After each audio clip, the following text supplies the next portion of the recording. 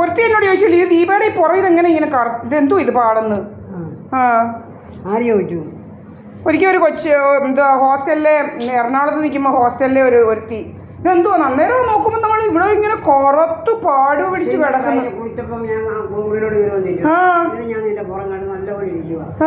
എന്റെ പുറത്തൊന്നും ഒരു കുഴപ്പമില്ല. അമ്മയ്ക്കറിയാവുന്ന എന്തുവാ എന്തെല്ലാം വേലകളാണെന്നറിയാവോ? അതിനാ ബിജുപി എന്ന് പറയുന്നവനെ സാരി ഉടുക്കരുത്.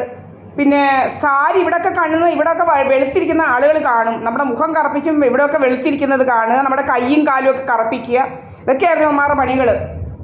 നമ്മൾ കറുത്ത് വാങ്ങിയിതാക്കാൻ ഇപ്പോഴാണ് നമുക്ക് മനസ്സിലാവുന്നത്. പിന്നെ ഇവിടെ ഒരിക്കൽ കൈയുടെ ഇവിടെ മാത്രം ഇങ്ങോട്ടുള്ള ഒരു തുണി ഇട്ട് നമ്മൾ ഇവിടെ വരെ ലൈനിങ് ഉണ്ട്, കൈക്ക് ഇങ്ങോട്ട് ലൈനിങ് ഇല്ല.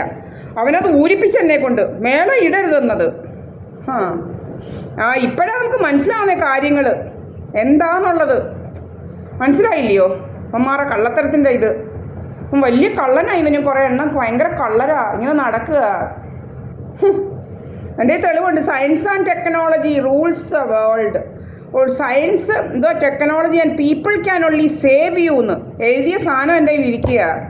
ഓൺലി സേവ് യു എന്ന് വെച്ചാൽ നിന്നെ രക്ഷിക്കാൻ സയൻസിനും ടെക്നോളജിക്കും ആളുകൾക്കേ പറ്റത്തുള്ളൂ. നിന്നെ രക്ഷിക്കാൻ അവൻ പറഞ്ഞതാ. കമ്പ്യൂട്ടർ സയൻസുകാരൻ പറഞ്ഞതാ. PhD കാരൻ. അത് നമുക്കറിയത്തില്ല അവൻ എന്തുവാന്ന്. അവൻ പറഞ്ഞത് എൻ്റെ തെളിവായിട്ടിരിപ്പുണ്ട്. ഞാനിന്ന് ശീലമാവനൊക്കെ അയച്ചു കൊടുത്തിട്ടുണ്ട്. ഇത് അയച്ചു കൊടുത്തിട്ടുണ്ട്. ഈ പറഞ്ഞത് സയൻസും ടെക്നോളജിക്കുവേ നിന്നെ എന്ന് വെച്ച് കഴിഞ്ഞാൽ ടെക്നോളജി വഴിയാണ് ഇവന്മാർ ഇതെല്ലാം ചെയ്യുന്നതേ. നമ്മുടെ ക്യാമറ ഓഫ് ചെയ്യുക. വേറെ എങ്ങനത്തെയും ക്യാമറ ഓഫ് ആവത്തില്ല. ഇൻവെർട്ടറുമായിട്ട് കണക്ട് ചെയ്ത് വെച്ചിരിക്കുന്നത്. അപ്പം നമ്മുടെ ക്യാമറ ഓഫ് ചെയ്യുക. പിന്നെ നെറ്റ് കളയുക. ഇതൊക്കെ ഇൻ്റർഫിയറൻസ് എന്ന് പറയുന്ന സാധനം വഴിയാണ് കളയുന്നത്. വേറെ ഇതേ വേവ് ലെങ്ത് ഉള്ള വേറെ ഇതാക്കി കളയുക. നമ്മുടെ അപ്ലോഡ് ചെയ്യുന്നതൊന്നും അപ്ലോഡ് ചെയ്യിക്കാതാക്കുക. ഭയങ്കര വേലകളല്ലയോ? എല്ലാം സയൻസ് ആൻഡ് ടെക്നോളജിയാണ്. അത് തന്നെ ഞാനും പറയുന്നത്. ഞാൻ പറഞ്ഞാൽ കൂടോത്രം വഴിയല്ല നീ ഇതൊക്കെ ചെയ്യുന്നതെന്ന് ഞാൻ പറയുന്നില്ല. അങ്ങനെ ഞാൻ കൂടോത്രം ചെയ്തിങ്ങനെ ചെയ്യുന്നതെന്ന് പറഞ്ഞാൽ എനിക്ക് ഭ്രാന്താണെന്ന് പറയാം. എടാ ഇത് സയൻസ് ആൻഡ് ടെക്നോളജി കൂടെ തന്നെ നീയൊക്കെ ചെയ്യുന്നതെന്നാണ് ഞാൻ പറയുന്നത്.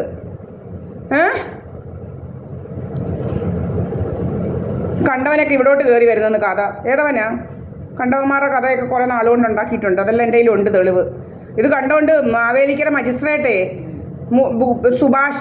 സുഭാഷ് എന്ന് പറയുന്നവൻ ഇത് എഴുതിയതെല്ലാം അങ്ങോട്ട് കൊടുത്തപ്പോഴേ വേറൊരു കേസായിട്ട് അങ്ങ് ഫയൽ ചെയ്യുമായിരുന്നു മജിസ്ട്രേറ്റ്. എന്ന് വെച്ചാൽ അവന് അത്ര തെമ്മാടിത്തരാ പെണ്ണുങ്ങളെ പറയുന്നത്.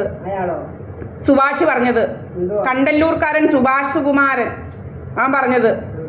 10ാം ക്ലാസ്സിൽ പെറ്റ്. അതൊന്നും തെളിയിക്കണ്ട. ഞാൻ 10ാം ക്ലാസ്സിൽ പെറ്റെന്നൊക്കെ ഒരു പെണ്ണുങ്ങളോട് പറയുന്നത് തോന്നിയാസല്ലയോ പറഞ്ഞത്? മജിസ്ട്രേറ്റ് ഇത് വായിച്ചേച്ചേ. മജിസ്ട്രേറ്റ് എന്താ ചെയ്തെന്നറിയാവോ? പുതിയൊരു കേസായിട്ട് അങ്ങ് ഫയൽ സ്വീകരിക്കുക ചെയ്തത് മാവേലിക്കര മജിസ്ട്രേറ്റ്. അതിൽ പിന്നെ നോക്കണം ചെന്ന് കഴിഞ്ഞാൽ അത് പുതിയതായിട്ട് കൊടുക്കണം. ഇതെല്ലാം വെച്ച് ഇവന്മാർ ഇങ്ങനെ ഇതെല്ലാം ഭീഷണി ഇന്നും ഇന്നലെ തുടങ്ങിയ ഭീഷണിയല്ലെന്ന്. ഇത് കുറേ നാളുകൊണ്ടുള്ള ഭീഷണിയാണെന്ന് ഇവന്മാരുടെ. അപ്പം ഇപ്പം നമുക്ക് കാര്യങ്ങളൊക്കെ യഥാർത്ഥ കുറേ എല്ലാം നല്ല ശരിക്കും തെളിഞ്ഞ് എല്ലാം മനസ്സിലായി വരും. അതാ ദൈവം ഓരോരോന്നും ഇങ്ങനെ താമസിപ്പിക്കുന്നതിനൊരു റീസണുണ്ട്. എന്തോ ഇച്ചിരി പതിയെ നമ്മൾ എഴുതി കൊടുക്കുന്നതിനൊരു റീസണുണ്ട്. കറക്റ്റായിട്ടുള്ള കാര്യങ്ങൾ എഴുതി കൊടുക്കുമ്പോൾ ആ താമസം വരും. അതാ ദൈവം ഇങ്ങനെ അതിനൊക്കെ ഓരോ സമയമുണ്ടെന്ന് പറയുന്നത് എല്ലാം മനസ്സിലാവാൻ. തെളിവ് സഹിതം ഇരിപ്പുണ്ട്. ഇങ്ങനത്തെ എന്തുവാ ഭീഷണി ആർക്കുണ്ട്? ഭീഷണി പല രീതിയിൽ. ഹൈക്കോടതിയിൽ ചെന്നാൽ അവിടുന്ന് പിടിച്ചുകൊണ്ട് പോകും. ഭ്രാന്താശുപത്രിയിലോട്ട് ഹൈക്കോടതി കഴിഞ്ഞിരിക്കുവാന്നോ? ഹൈക്കോടതിയിൽ അപ്പോൾ ആർക്കും ചെല്ലാൻ പറ്റത്തില്ലല്ലോ. ഹൈക്കോടതി അപ്പോൾ അത്ര ഗൂണ്ടകളിരിക്കുന്ന സ്ഥലമാണോ ഹൈക്കോടതി?